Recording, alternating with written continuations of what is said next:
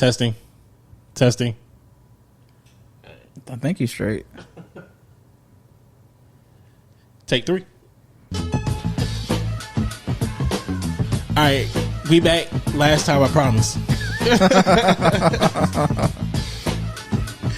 Oh, yo, here we go. You down with RCC? Yeah, you know we. You down with RCC? Yeah, you know we. You down with RCC? Yeah, you know we. You down with RCC? Yeah, you know we. Hey, ladies and gentlemen, welcome to episode 16 of the Reels Creators Collab. This is your boy Marcus, aka what is it? Humpty Hump, aka Shock G, aka RIP to Shock G. RIP. It's your boy Levert, aka Leverticus, aka Sweet Dick Willie. How y'all doing after the night? What's going on, man? Man, back in the lab, feeling good. I'm feeling good too. It's been a minute. They might not know, but it's been a minute. It's been a minute. Consecutive minutes, I guess. Still trying to get back in the groove. I think this probably like, we'll say we had like a mid-season finale and took a break, and now we coming back stronger. Yeah, yeah. It leading up like the end of the first season. Mm-hmm. Shit gonna end strong. I promise you. Just keep watching. Stay tuned. So how your week been? Man, bro, this 9 to 5 shit can't be. This ain't the wave, bro. Is it weighing heavy on your heart? This ain't the wave, bro. This shit is it's like, I feel like it's like I don't want to call it slavery because that'd be like downplaying how horrible slavery was. Mm-hmm. But this shit ain't a lifestyle that I want to do for too much longer, bro. I think it might be like a modern form of what, indentured servitude or some shit like that. That's what it is. Indentured servitude. I'm like a sharecropper or some shit like that. Sharecropper. Nah, man. But halfway through the weekend, this motherfucker still ain't over. What today is? Hump Day, Wednesday. Oh, perfect. Hump Day. Hey, shout out Shock G again. R.I.P. R.I.P. Man. Like, bruh, we are like losing so many people, losing so many of our greats in hip hop, music, film, with Cicely Tyson and in other areas. But like, we're losing a lot of black greats lately. Yeah, I think we really need to take time and really just give people flowers. Like in this time, it's like it's so easy to just everybody just hate and it's hate and it's hate and it's hate and it's hate, and like just take a second to give people the love, because like whether you know it or not, like these people, even if it was just for a fleeting moment in time, these people gave you enjoyment. Mm-hmm. They brought joy to you for a second. Mm-hmm. It may have just been a second, but like just at least appreciate them for that. Appreciate them for all of their accomplishments and the things that entertainment and the shit that like they've given us, man. Like they're inspirational to all of us, and we have to look at it like, where do we take it from here? How do we elevate ourselves and we can become greats ourselves? So what's the plan? What we gonna do? Man. Nah, but how you feeling, man? Shit, I don't want to gloss over that. How you doing? Talk to me. I'm good. This is a safe space. I'm good. I don't know. I don't think there's been like a recent shift or something, but my energy has been low. But I'm trying to like recalibrate and get everything back together. I think I've had so many things that have been under like below the surface, and I'm really trying to navigate like within my energy shift, like my soul and my body. It's just I'm trying to recalibrate all types of shit. I recently had my second vaccination, so come Monday, he about to be in these streets. That'll be my 2 weeks. Whereas like I've been getting like a lot of phone calls from the streets, and I think after Monday I might answer. Oh, damn, we gotta put that he belongs to the streets. Drop in. Nigga, I ain't never left. Nah, man. It's not like that for real, but I kind of want to like get out a little bit. I'm a homebody. Usually I'm a homebody, but lately I've been just like seeing everybody, because I mean we are in Atlanta, and Atlanta never shut down for a second. But I've been trying to stay safe. Motherfucker shut down for 3 weeks, and that was it. 3 weeks tops. Right, I think that shit happened at like March 15th. And Brian Kent was like, yeah, we gonna open back up April 15th, around that time. He said, fuck what you heard, boy. We about to be out here. Nah, I got my second vaccine in 2 weeks, so hopefully I ain't gonna be too far behind you. I'll let you know how it goes. You know what I'm saying? Like, yeah, let me know if it's safe out there. I don't know. I just want to get out and really like maybe have a couple of drinks. Maybe dance a little bit. I miss dancing. I miss being in the club and dancing, man, and just having a good time. Because I'm the type of person like I'm not like a wallflower. I'm the type of person that gets in the middle of the floor when, like, let's say like the DJ haven't really started up. I'm the person that gets out and get the party started. Hold on. So you dance in the middle of the floor and the DJ didn't even play no music? Sometimes, right? Bro, you sound like a psycho. No, man, it's called being confident within yourself. Dancing to no music. I have an internal rhythm. I think everybody does, but they have to figure out their own internal rhythm. You got to show internal. Not because like it's like this. One of my places that it didn't survive the pandemic was Edgewood Speakeasy or Music Room. That was one of my go-to places on Edgewood in Atlanta, and so that didn't survive. They closed down their business. They won't be back. So somebody else is going to be occupying the space. And I saw they recently put up a sign. I don't know what sign it was, but I was like, damn, that shit is really done. So now I got to find a new space, find a new DJ, because my DJ at the time was Ryan Baker. Shout out to Ryan Baker. Shout out. My go-to, he played Michael Jackson mixed with hip-hop and EDM and all that shit, and that shit was just amazing. So it was usually, when he was playing, like, it's something about music that just, it pretty much lubricates my joints and muscles and shit, where I get out there and I dance, and I usually was using alcohol at the time as liquid lubrication so I can go all night, but I came to the realization I don't really need alcohol, so I just get out there and basically dance and cut a rug like all night long. I feel you, man. I wish I had your confidence. I'm sorry. I think everybody has it. I guess nah, my nigga. I ain't never doing that. I don't got that kind of confidence. I guess I'm too insecure and I can't dance.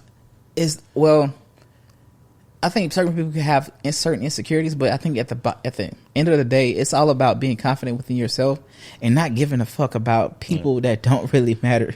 So I get out there and dance, and usually it's women and guys just watch me like, how the fuck did he just get out here and just do it? Then the women flock to you because they like that type of energy. I know. I would say like this: major key guys, learn how to dance. Even if you don't have rhythm, women will appreciate you getting out there and being confident and just showing your ass, because not a lot of guys are going to be that confident to get out there and really just cut a fucking rug. But it's also a plus when you have rhythm, because usually when I would get out there, it would just be me, and I would just be dancing, and I would have women like approach me like, oh my god, you're such a good dancer, like you like my spirit animal or whatever. And I'm like, I could be like a fucking mute and don't have to say shit, because really I consider like dancing whenever like foreplay. If you have rhythm, and it's not about the hand movements and shit, it's all about the hip movements. Because what they be doing, they be looking at you like, oh, this motherfucker knows what he's doing. All right, let me ask you a question. Mm-hmm. What's, in terms of rejection, what's the worst way you got rejected or turned down? Within dancing or what? What you mean? Nah, just in general. I mean, the club. Just the worst way that it kind of jarred you for a second, or you was like, damn, that. I'm very strategic about my approaches. I don't think any rejection is like a worse way. I think it's just a learning moment. More often than none, I would have women approaching me instead of me approaching women. All right, so I'm gonna tell a story. You never been home. You never been to the club, mm-hmm. and like, and the girl just be twerking in the club, and you know, like, you'll walk up on the girl twerking, you'll hop up behind her, and she'll twerk, but then she'll look back to see if you cute or not. Like, no, nigga, no. And then from there, determine if she keep going. You never had a girl just stop twerking on your ass and walk away? I don't think I've had a woman walk away, but it's like, I think women, they pretty much learned or taught themselves how to be like respectful in a certain aspect, where it's like, you will know if they stop dancing like even before the song ends, or they will stop dancing with you for an extended period of time by them just moving along within the crowd to somebody else, and that just wasn't for you. So I don't really take it like that, because me, yeah, I mean that's been happening every guy, like where a woman ain't feeling you and she start dancing with somebody else. That's cool, but then it's like, it's so many people within the crowd, so it's like, you just move along. I mean, how to say? I took it personal for like 5 seconds, 6 seconds, and it is what it is. What was you like in the darkness? Like you shedding tears or some shit? Welcome, hello darkness, my old friend. For a second. Hello darkness, my old friend. It is what it is. No, because I don't know. I think it's because this happened probably like 6 or 7 years ago, when I really I was just getting in my bag and learning myself and learning all the aspects of like what made me happy. So what I was doing in order to challenge myself, I would go out alone to different places and clubs by myself. And the thing I wanted to do with the reason I did that, because I wanted to really become confident within myself and be like, I don't need nobody in order to have fun. And so I would go to different places, and the Edgewood Speakeasy was one of my places. I would go, have a drink or whatever, and then if the music is playing, I'll get out in the middle of the dance floor and just start dancing. And so everybody's saying that, and everybody's like, damn, what the fuck? Because a lot of people don't have that type of confidence. I know. And so there was one night I met a group of women and men. Like they had like people, they go in like small little groups, especially around the college. You know what I'm saying? And so I was doing my thing, and then a woman approached me, and we just started dancing together. Because I love a confident woman who can get out on the middle of the dance floor and join me. Because I find that very attractive. I'm not the person that's like dancing and like, I see a girl like on a wall or whatever, I'm trying to go get her. To me, I'm like, you're probably not for me because you're not confident within yourself in order to join me. So if you have a woman that comes out and joins me, I'm like, okay, you've already met my minimum level of what I find attractive if you come out and join me. So we started dancing and vibing, and then take a step from there. It's more of like we're moving and grooving, and I'm trying to see if she has rhythm herself. Because there's been times like I've danced with a girl and like her rhythm was terrible. I'm saying like super terrible, but I still continue to dance with her. But I knew like, yeah, we probably wouldn't vibe, because for my mind, I'm like, yeah, she probably is terrible in the bedroom, because like she was doing some type of robot move or whatever, and I'm like, I think I was grooving to like Daft Punk. And those who know, salute to Daft Punk, one of the greatest, you know what I'm saying, performers and musicians ever of all time. And so when she was doing the robot, I was like, yeah, I'm so turned off right now. Like my dick went to sleep. It curled up and went to sleep. Like, bro, this ain't it. I mean, but like you said, like she met your minimum. Like you going out to the middle of the floor dancing, you exposing yourself. You putting yourself at liberty. Like you really being vulnerable. Exactly. And it takes a special woman to also take that same step to come join you in your vulnerability. That's when you would appreciate that. That's when you know you're on the same wavelength. Because oftentimes women, they want a guy to quote unquote pursue them or whatever, or chase them. And I'm like, I don't really chase y'all like that. I feel like some women want you to go out, dance in the middle of the dance floor, and then they want you to see them standing on the wall, and they ain't gonna come out and dance with you. They want you to dance on the middle floor. They ain't gonna pursue them standing on the wall. But the thing is with me is, in my situation, I would never make it over to you, because you have other women that comes and meet me on the dance floor, and they're like she at the back of the line. Competition for you. Yeah. So it's like they come when they fucking hungry. They come and fucking come bite off the plate. They come and get it. You standing on a wall, that mean you didn't really want what you looking at. Hey. Like seriously. I mean, you make time for what you want. You pursue what you want. So I think every guy has been rejected in that aspect. But you move on. You keep dancing. The music keeps flowing. The liquor keeps flowing. Everybody's feeling good and having a good time. So within that space, like, I became a king in my own domain. Real nigga shit? Yeah. So it's like this. Because there was times I would see women that when you look in their eyes, like they wanted to get out and dance, whatever. But by you not really getting out there and taking that first step, I'm like, then you really didn't want all of this. So it's like, bro, I had women come like, bro, I just love the way you dance. And me, by being a bigger dude, like, niggas, don't get it twisted, but if you got fucking rhythm, women love that shit. They love all of it. All right, man. All right, speaking of rejection, why the hell Joe Budden rejected Ice and Ish, man? Right. He didn't reject them? What you mean, bro? All right, man. So, Rory and Mal came back on today's episode of Joe Budden Podcast. I don't know if we ever gonna hear from Ice and Ish again. But how to say, those 9, what was it? I don't know how many episodes it was. I don't know. But those were the best podcast episodes they did this year. I would say, yeah, I definitely and thoroughly enjoyed them more than Mal and Rory. Because to me, it seemed like they didn't have any filter. They didn't have any industry ties. So they can speak on shit that really that they want to speak about and really go in without having to worry about having a filter. Yeah, for sure. I mean, like, I think Ice and Ish and Rory and Mal are all Joe's friends, but like Ice and Ish seem to be Joe's friends from like when Joe was in early dark places or whatever. I think on a pod they said that Mal and Joe known each other for 20 years, but I think the caveat within that is that Maul has industry ties, so he kind of tiptoe around certain subjects, so he probably don't say as much out of respect of his industry ties. Yeah, his whole ties. When you don't have no ties, that's why with me, I feel like being in the space of a podcast, I feel like I don't need to be tethered to anybody, because I feel like I don't need to be tethered to anybody because I want to flow freely. Because oftentimes when you're tethered to people, you have to create like a little bit of a filter, because so like you might be in a relationship or whatever. You know, with me, I talk spicy or whatever. And then if you don't have like a tight knit relationship, your girl or whatever gonna be like, why the fuck you say this shit on the podcast or whatever? You know what I'm saying? It can lead to insecurities, breakdowns in communication or whatever. By me having any ties or whatever, I'm able to flow freely and speak my mind and talk my shit without having to worry about what's going on at home or whatever, because it's like it's just me. Yeah.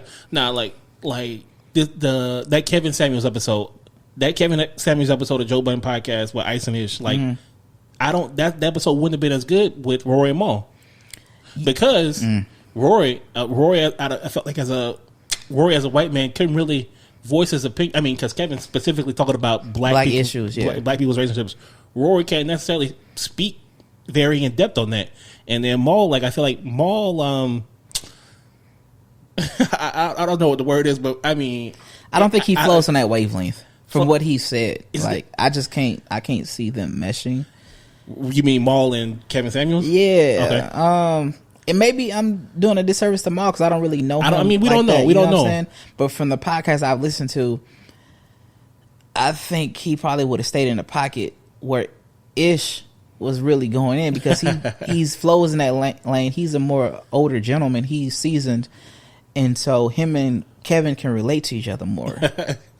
Nah, he was like, what was it? Ish was like that man hype man with the ad libs and everything. Yeah, but he was his hype man. But the thing is, I think you can only be somebody's hype man if you actually flow on that wavelength. Yeah. If you've been in certain situations where the type of shit that Kevin was talking about rings true within you, because you can't fake the funk. Yeah, being in that type of lane, you know what I'm saying? No, I would say Maul is. I feel like Maul could speak freely sometimes, but he, like you say, he's so concerned about his industry ties and who he's tethered to and that type of thing. Yeah, that he has like a reputation or a presentation to uphold. A lot of people, it's like this. We do a podcast, right? But I feel like even when we had my brother on, like he can only go to a certain threshold, because when we've been in this for a good minute. It's episode 16, but it's like by being in this, you become more confident within your soul and within yourself, when you're able to speak how you want to speak and say what you want to say and get shit off your chest, without having to worry about repercussions and shit, because you're confident within the space.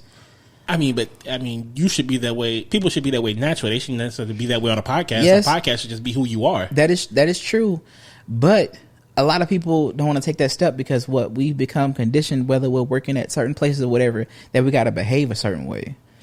All we doing as black men is really much speaking our mind, and we're confident and we're cool with that because we've been in this space. But also it's like this, I don't have any tether to anybody.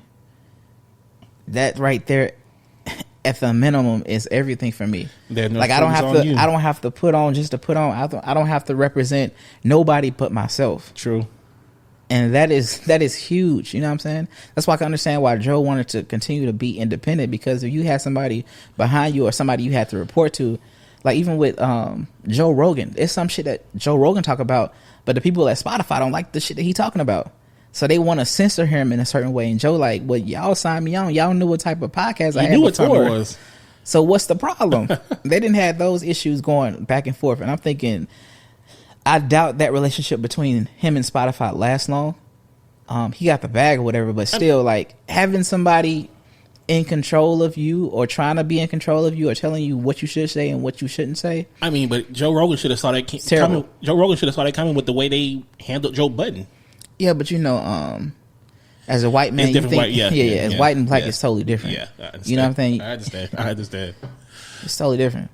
But like I say, bring back Ice and Ish, or at least make Ice and Ish like its own separate podcast on the network, man. Yeah, I think that'll be dope. We need them. Rotate them in, or like I would, if they had their own, I would probably like look to invest in maybe Joe's Patreon or something like that. If it was just them, because I definitely thoroughly enjoyed them. No, you right. More than Maul. They need to and Roy. They got Joe should platoon them all. He should platoon them all. Or maybe because if you had them all on there, I think it'd probably be too much. Oh, that's chaos. There's too many voices in the room. It's too much.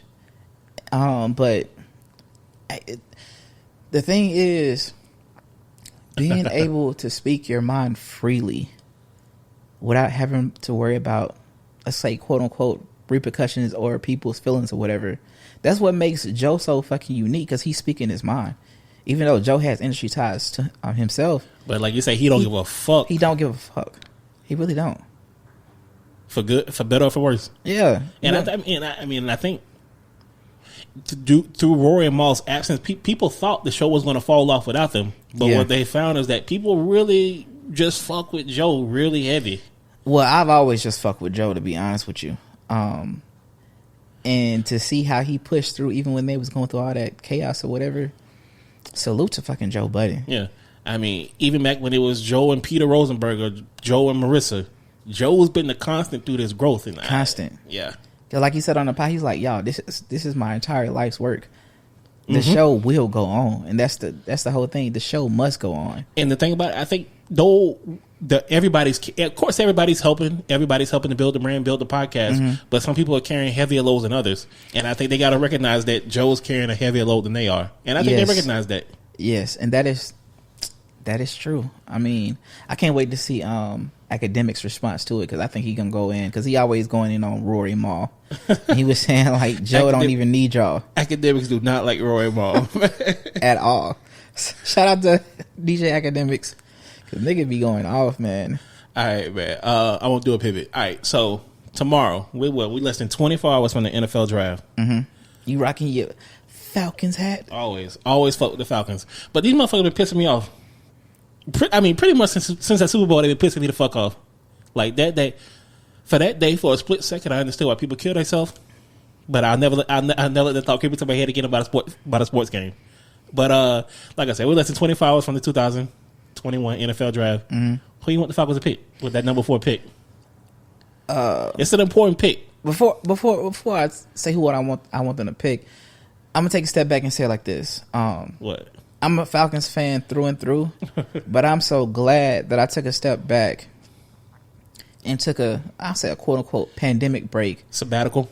A sabbatical. And I didn't watch any games this past year.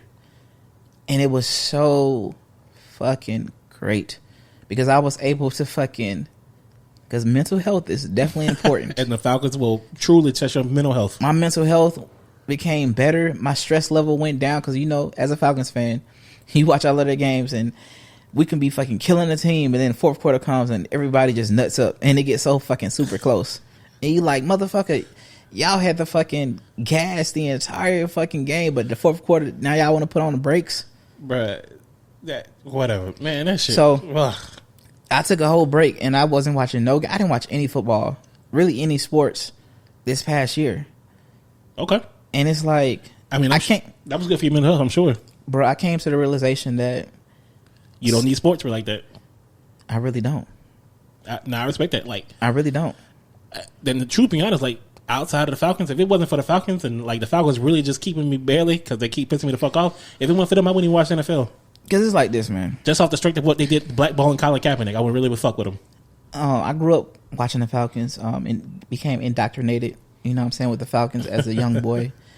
And it's like, is it indoctrination? And I don't know. Like, that's how I would call it. I don't know. How to say?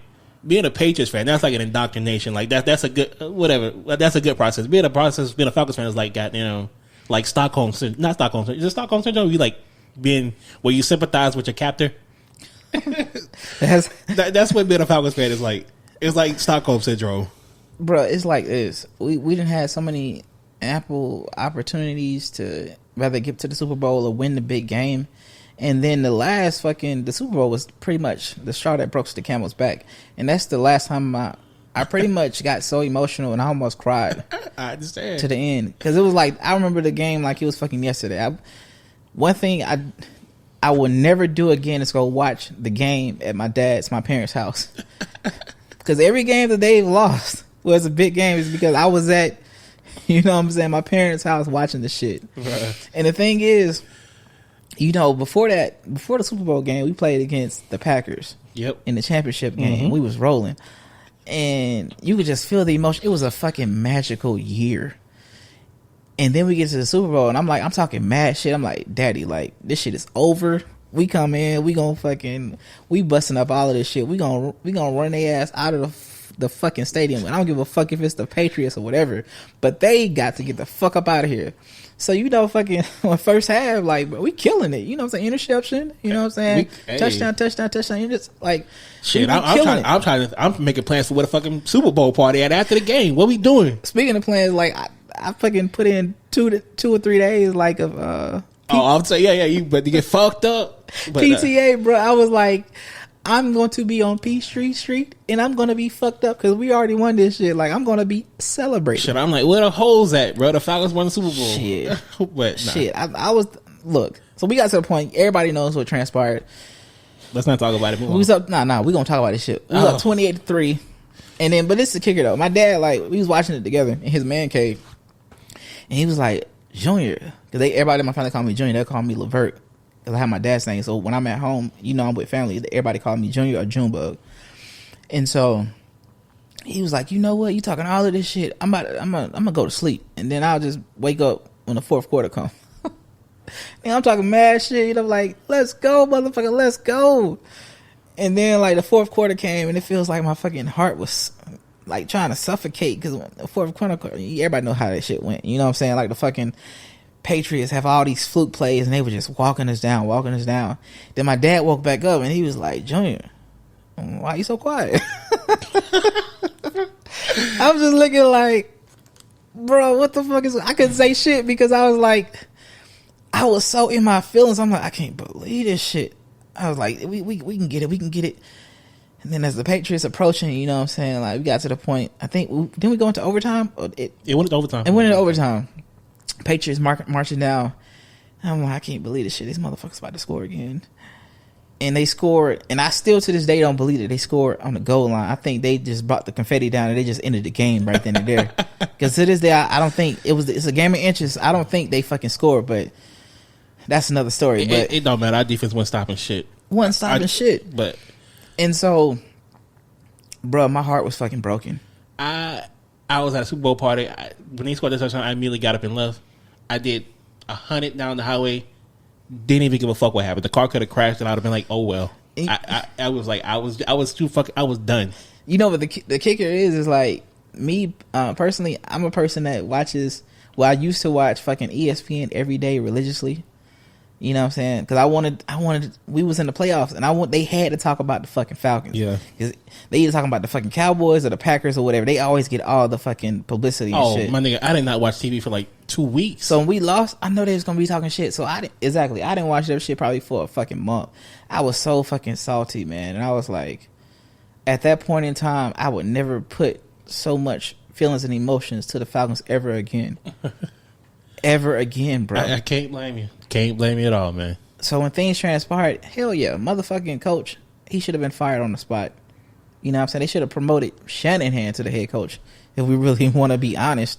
Because at that point, everybody hated Shanahan. We even had that incident where he supposedly lost his playbook and shit, like during the Super Bowl and shit. You know what I'm saying? But at that point, I was like, because it's a relationship. And it's like, but the only thing about being a fucking Falcons fan, it's like sex. You get to a point, you be fucking, right? But you never nut. No. They get you to the point and it's like, it's never good. No, my nigga. No. What? It's domestic violence. Domestic violence. It's domestic violence. You are being battered, bruised, attacked, and still you come back and you stay, knowing you're going to get battered, abused, and attacked the next week. Like, at least with sex, there's some pleasure in that. There is no pleasure. I mean, there was some pleasure with a couple first downs, but bruh. Okay, that's like because he punching you at that second, but you know he gonna knock your ass out of the second. You know the knockout is coming. It's not sex. It's just domestic abuse. Man. Well, I think we always joke as Falcons fans, like you gotta have a a couple hearts on standby because you get your heart broken so many times, like that you need your heart replaced. Bro, it's really like some Ike and Tina shit. But yeah, after that situation happened with the Super Bowl, I was like, I'm not putting too much time into it. Because I would hit you up and like, give me an update. We be texting them like, and then you be telling them like, yeah, I ain't watching that shit. It don't matter if we playing good in the preseason. I'm like, these motherfuckers, they still will find a way to break your heart. And like you say, I'm still watching motherfucker put my clown makeup on, knowing every goddamn week what the fuck about to happen. Yeah, nigga, my clown makeup is retired. But yeah, we're getting to the pick situation. You about to put your clown makeup on again? Nah, I'm just saying the whole pick of... All right, you just pulling out the paint right now, depending on what the pick is. If it's Justin Fields, you put the makeup on again? No, nigga. I won't know. I won't watch. I probably won't watch another game until like after they win the Super Bowl. Okay, damn. I'm gonna be honest with you. Like it's not really, as a Falcons fan that's been through all of that shit, it's not really my flavor right now. Okay, I guess. Because I'm saying like, bro, we had one of the greatest seasons that we watched as fucking fans. I know, but the thing about it, if anything, that game taught me was that it's just a game, and that I'm investing too much emotion into this game. Exactly. I just need to watch this game and not put any importance on it. It can't affect my day. It can't affect anything that's going on. So after looking at It's Just a Game, I was like, that's why I was glad, because we started doing a podcast on Sundays, and I was like, that's perfect. Do a podcast on Sundays. You don't got to go through that shit. Don't have to go through none of that shit. And so after this entire season happened, I'm like, bro, I really don't like. I grew up playing football. I love football, but it's not at a high priority right now. Exactly, I understand. I completely understand. Even with the whole pick situation, now they were saying like, who you want the pick to be, or what you think? You following it? I want it to either be Justin Fields or Kyle Pitts, and don't fuck it up. If it's gonna be Justin Fields, cool for the future, whatever. But at this point, I kind of want to take a page out of fucking Tampa Bay's book, because they just came and walked the fucking dog. They dog walked the whole goddamn league. If you gonna win a fucking game, man, have some fucking balls about it. When I say have some fucking balls, they had some fucking balls, and they fucking put and invested money into Tom Brady, Gronkowski. They said this motherfucker was old, he can't play his shit. The motherfuckers walked the entire league and won a fucking Super Bowl. But the thing is, the Falcons, as a front office, and I was, shout out to Arthur Blank, but I'm like, Arthur, bro, have some fucking balls and fucking. I think a lot of people were saying like, oh, we need to go ahead and get rid of Matt Ryan. I don't even think Matt Ryan's the problem, because you build around him, and the only thing that Matt Ryan didn't have, because if we're comparing Matt Ryan to, like, let's say like Joe Flacco, what's the difference between Joe Flacco and Matt Ryan? The difference is Joe Flacco got a defense. Joe Flacco had a fucking defense. I don't think Matt Ryan has ever had a top 10 or top 5 defense in his entire career. Nah. If he had a fucking D, because the people like, at first I was giving Matt fucking shit. I'm like, Matt, you fucking suck. But we got to the fucking Super Bowl, and I'm like, had a fucking magical year. If y'all would have stopped the motherfuckers one time, you would have won the fucking game, and you would have won so many. Because Matt is not the fucking issue. I used to say Matt is the fucking issue. Y'all got it so fucking wrong. Matt is not the fucking issue. He can be an issue. Everybody, there's a list of issues, and he could be the 10th issue. But issues 1, 2, and 3 are really what's holding you back from doing what you need to do. And I would say it like this: y'all so focused on Matt, but the thing is, for how many years that coach Dan Quinn was here? What, six years? And what type of coach Dan Quinn was? A defensive coach. Then why the fuck is your defense sucked and y'all so focused on offense? Bro, I get, and like that's why I can't give him. I'm like, bro, we never had a fucking good defense. We couldn't stop nobody. Bro, how would I say it like this? You're a defensive coach, and you allow your defense to play like that in the second half of the Super Bowl. You needed to be fired immediately then, because what am I paying you for? And I'm like, bro, like, Matt, the offense, we've had ups and downs years, but I'm saying if you had a staunch defense, you wouldn't have to worry about scoring like fucking 40 points a game. Because I think fucking 28-3, that's enough if you had a fucking staunch defense. Look at fucking with the Broncos played the fucking Seattle. 28 points on 28 points on a neutral site is enough to win a game. 28 points on the road is enough to win a game. And people were saying, "Well, Matt, they won us the game." I'm like, "Motherfucker, you trying to make this motherfucker be a fucking superhuman hero?" But that's the thing. But that's what I lose about people when they talk about Matt Ryan. My nigga, like, if you kept this same energy that you keep with Matt Ryan, that you keep with yourself and how you work, you would fire your motherfucking self. Because you. I don't even think they would. Okay. Nah, they wouldn't, because nobody really looks at themselves. They don't hold themselves at a high standard. Damn, and that's a problem. Nah, let's be honest. We were talking about shit about athletes all the fucking day, and the thing is, they fucking put their blood, sweat, and tears in that shit. And you be talking as a fan like, "Oh, this motherfucker should be doing this." Like, motherfucker, you can't even get to the fucking game. You're not even that good. So why are you trying criticizing people, but you don't have that fucking skill? So shut the fuck up. Motherfuckers don't even show up to work on time. Talking about somebody that's putting in work, doing the work throughout the week. But, yeah, so it's like, whatever. It is what it is. It is what it is. I mean, like I say, the Falcons, I wouldn't be opposed to them blowing up, but with that pick, like you say, I think it either needs to be Justin Fields or Kyle Pitts, or they need to trade back and get more draft picks. Trade back for what? Defense or what? Just trade. I mean, if anything, they need to. If anything, the last 12, 13 years of the Falcons showed us, like, we need to build a fucking defense that we never had. But and who's the coach now? I don't even know who the coach is right now. Arthur Smith, and is he offensive or defensive? Offensive minded. Okay, so we're gonna see. So he definitely gonna pick offense. But nah. With that being said, they were talking about trading Julio. How you make you feel about that? If they trade Julio, I'm probably not coming back. And they say, well, a player isn't above the team. I'm like, man, fuck this shit. To be honest with you, it's a right, I don't know if the right word, travesty or whatever, but that Julio and Matt don't have a fucking Super Bowl. And that, I think they were saying, like, maybe the Patriots might be a suitor. If he goes to the fucking Patriots and he win a fucking Super Bowl, I got no choice but to be happy for him. I'm gonna be fucking happy for him. I mean, I'm gonna be sick inside, but I gotta be happy for him. It's been a fucking dumpster fire. Nah, man. Like I said, the Falcons just beyond words. I don't know, but nah. And actually, no, I'm gonna use that to jump off to get into my ancient nigga of the week. Who was that? My ancient nigga of the week is the new Falcons GM Terry Fontenot. One, I guess there's a couple things for. I thought his name was Fortnite or some shit. It could be fuck no. Terry fuck no on trading Julio Jones. That's point one. And two, I feel like this man is pussyfooting. Like I feel like he's pussyfooting. Like, we want to rebuild the team or we want to compete now. And I'm like, my nigga, we done been through too much. We done been through it. Tell us what the fuck the plan is and execute the plan. What? Don't tiptoe between rebuilding or winning. But I guess you got to kind of look at him like kind of slight, because where did he come from? The New Orleans Saints? Exactly. What you think, an incel? He could be an informant. Informant. Until he put some fucking... What is it, like a double spy? Double agent or something. Double agent shit. I don't... Because, there are some fans, because recently one of my friends, he invited me to a Falcons group, and I had my opinion on how things should be, and they had their opinions, and I think a lot of fans are mostly in the phase of trying to rebuild right now, and I'm like, nigga, y'all can wait on that rebuild. It won't be me. I'm not putting no energy into that shit. I was going back and forth, but I'm like, it's no point of me talking to y'all, because it's like, nigga, we was at the door. We had the fucking dick in the pussy.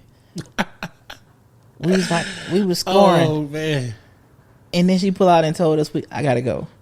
That's how it felt, bro. Like, oh, God, I'm just saying, like, we was knocking at the fucking door. And now y'all want to do all of that foreplay? Years of foreplay? Because the thing is, if they rebuild, right? That's more foreplay? No, that's going to be fucking 10 years of foreplay. Because we're not getting back to the dance like that. We don't have the cachet, and we don't have the history for that shit. Oh, man. That nigga said we was in the pussy and fumbled it. Bruh, that's how it feels. Like, what's the point? Hey, so you say don't even be a fan of them. I'm saying I'm not wasting my fucking energy and time. Can't give no energy and no emotions to these niggas. I understand. I respect that. Got no choice but to. But y'all can go ahead and go on. Call me. Look, call me when you win a Super Bowl. When it ticks 0-0. Well, and then I can get out there and party. Otherwise, I'm not watching you. Terry fuck no. Terry fuck no. Whatever. Stop bullshitting. Stop bullshitting, man. Like, Either blow the shit up or play it out. Bro. I don't even know why we even talking about the asses. Why? Because we have to draft. We have to draft. Draft tomorrow. Draft Fields. Draft Pitts. You really cannot fail with that pick. They cannot fail. But knowing the Falcons, they will. You know what they gonna do? The Falcon thing. They call it falconing, right? The motherfuckers gonna probably trade back. But I'm fine with trading back because you get more equity. Nah, they gonna trade back. But the player they don't pick is gonna be a motherfucker that's gonna be a beast in the league. Exactly. The player, exactly. The person that get picked at number 4 is gonna go on to be the greatest player at their position of all time. They gonna Brett Favre this shit. They gonna fuck it up. Nah, who you got? Ain't shit, motherfucker of the week. I really don't have one this week. If I could think. Let's just push mine back a week. I don't really have one for this week. I mean, you go Rory them all. Nah, they not really ain't shit motherfuckers. Cause I felt like I felt all sides. I understand where Joe is coming from. I understand where theirs coming from. Because I think we can relate more to their situation because we went through a similar situation with our podcast. Yeah. And so motherfuckers just be on different wavelengths.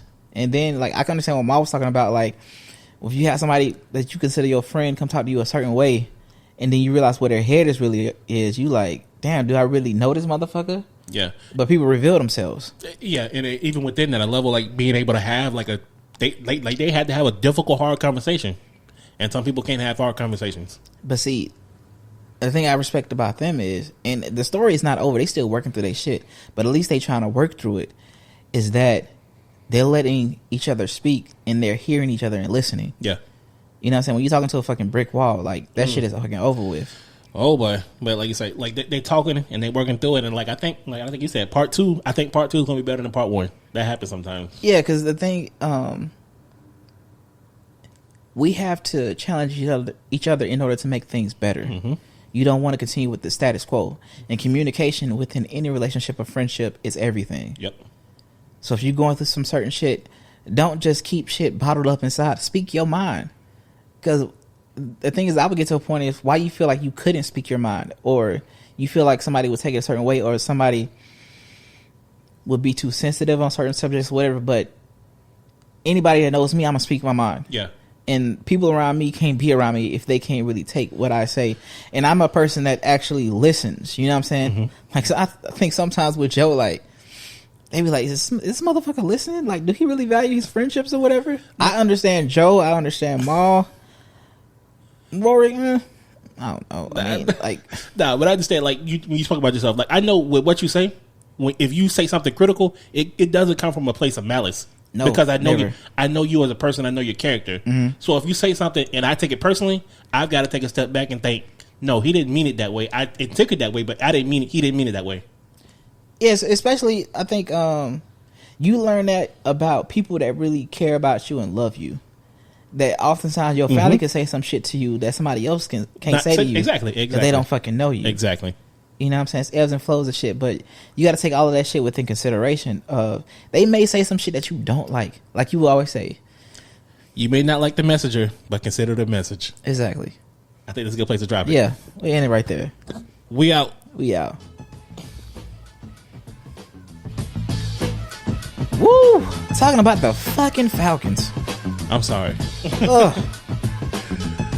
Hey, thank y'all for listening to this episode of the Real Creators Collab. This is your boy Marcus, aka Shock GRP. It's your boy Levert, aka Leverticus, aka Sweet Dick Willie. Thank y'all for listening. Make sure y'all like, comment, subscribe, all that good stuff. YouTube, Twitter. And we out. We out.